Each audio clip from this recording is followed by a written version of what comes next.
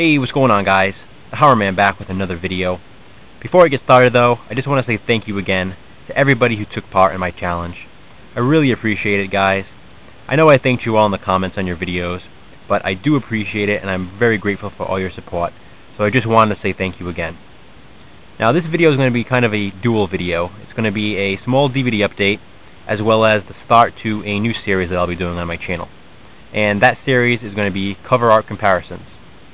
Recently, Andrew Ballina did a video that I had wanted to do a video response for, where he compared, the different cover art on different movies. So, for those of us collectors who have different versions of the same movie, a lot of those DVDs have different cover art, of course. So what I'm going to be doing is, instead of doing a video response to Andrew's video, I'm going to have separate videos, probably once a day or so, every time I post a video at least. Probably just be short videos, some of them probably less than a minute or so, of simply, choosing one movie, showing the different editions I own of that movie and the different cover arts, and then just having you guys basically vote on which one you guys like the best, by commenting underneath the video or, just discussing it a bit more. I'll give my opinion too as well, of course. And I don't know, I just thought it'd be something fun to do. And again, I was going to do a whole video, just showing basically every edition I have of certain movies and comparing the cover art, but that would be such a long video. And I think this way it'll be pretty cool. It'll be something, as I said, I can carry on every day.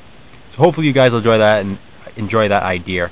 As soon as I finish showing you my new DVD pickups, I'll actually be doing the first cover art comparison.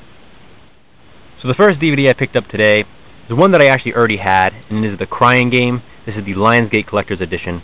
Now the reason I picked this up is because this edition is out of print, and I did have the same copy of this, but I had bought a used copy a while back, and I don't know, the disc just wasn't in perfect condition, so I got this one really cheap, and it was brand new.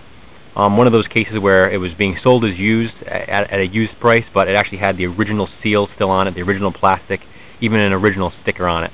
I'm talking about the special features of the movie. So because I found it so cheap and brand new, I just decided to pick it up and replace my used copy.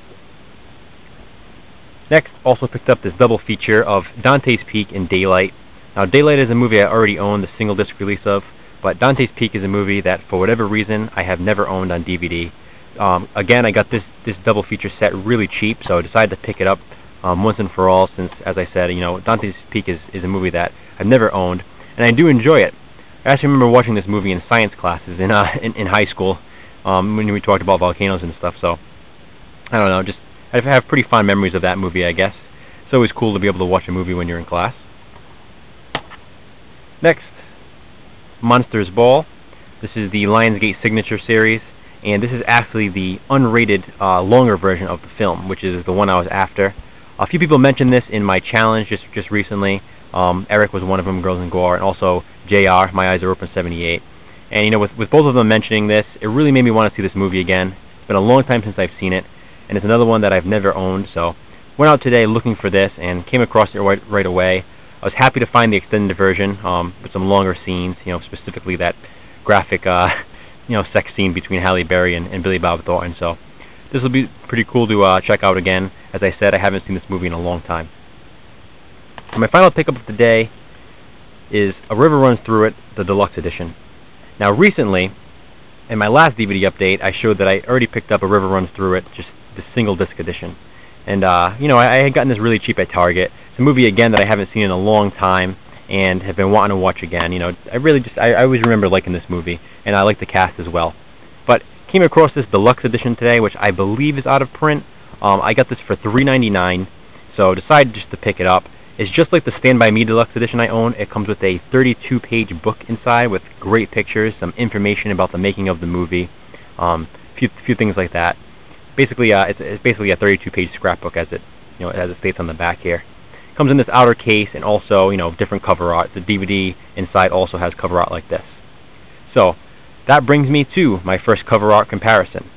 And sometimes it's not going to be horror. Sometimes it will be, of course. Sometimes it might even be TV series.